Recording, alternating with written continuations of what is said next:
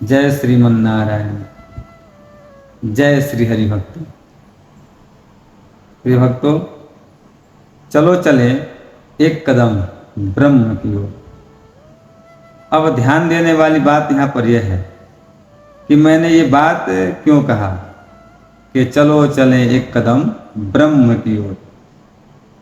तो इसके पीछे एक कारण है, और कारण यह है कि मैं देख रहा हूँ कि कोई भी परमात्मा की तरफ जाने की चेष्टा नहीं कर रहा, प्रयास नहीं कर रहा, और यदि कोई कर भी रहा है तो वो किसी न किसी माध्यम से भ्रमित हो जा रहा है, अथवा ऐसा कहें कि उसे किसी न किसी माध्यम से भ्रमित कर दिया जा रहा है।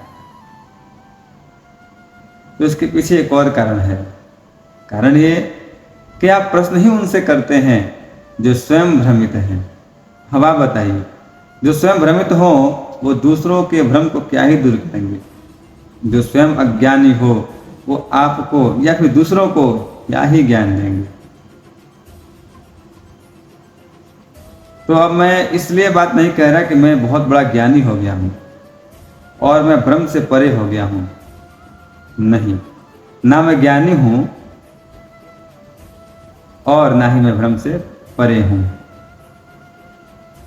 यदि कोई भ्रम से परे है तो वो है परमात्मा।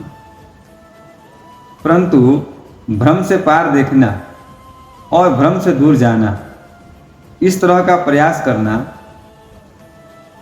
कोई अपराध नहीं होता। इसलिए मैं भ्रम से दूर होने का प्रयास कर रहा हूँ, और मैं यह भी प्रयास कर रहा हूँ कि मैं जैसे जैसे भ्रम से दूर होता चलूँ वैसे वैसे आप सभी को भी भ्रम से दूर लिए चलूँ। तो अब आप एक काम करिएगा, आप मेरे प्रत्येक वीडियो को एकाग्रचित मन से देखिएगा और ध्यानपूर्वक श्रवण कीजिएगा।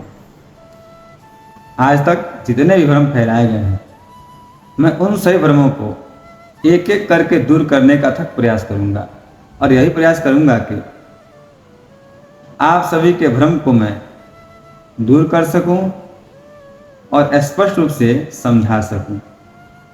प्रिय भक्तों, यदि आप सभी को स्पष्ट रूप से समझ में आ जाए तो कृपया करके आप सभी मेरा साथ दें, मेरे साथ आए।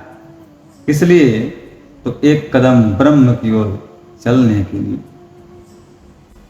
और आइए अपना पहला कदम हम अपने माता पिता के श्री चरणों को स्पर्श करते हुए और उनका आशीर्वाद लेते हुए प्रारंभ करते हैं, क्योंकि मेरा विश्वास है कि माता पिता के आशीर्वाद से असंभव से संभव कार्य भी हो जाते हैं। ये आप सभी भली भांति जानते हैं। तो आइए हम उनका आशीर्वाद प्राप्त करें ताकि हम भ्रम से दूर हो सकें, ब्रह्म को प्राप्त कर सकें। इसलिए उनका आशीर्वाद लेना आवश्यक है। चलिए आप सभी मेरे साथ बोलिए, माता पिता शरण कमलेभ्यो नमः।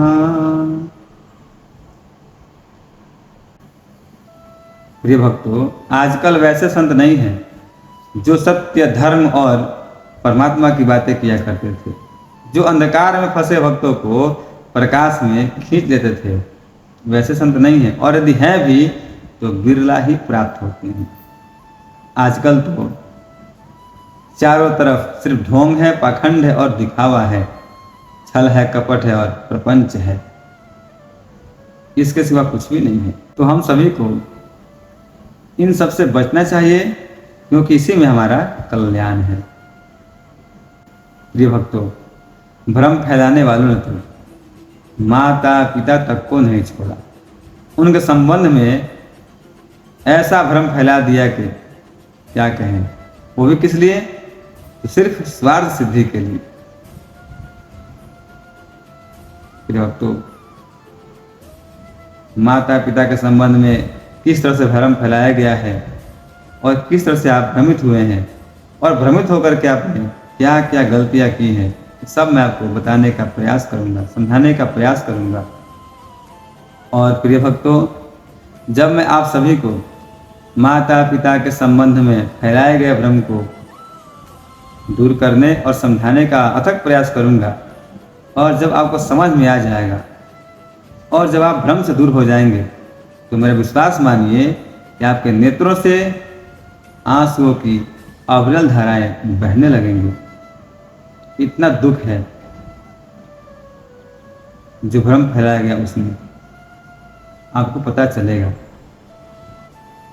अब मैं आपके भ्रम को दूर कर सकूं, उसके लिए मुझे आपसे एक प्रश्न करना होगा और इस प्रश्न का आप सोच समझ करके जवाब दीजिएगा, क्योंकि इस प्रश्न में भ्रम छुपा हुआ है और मैं आपके भ्रम को दूर करने का संभव से संभव प्रयास करूंगा।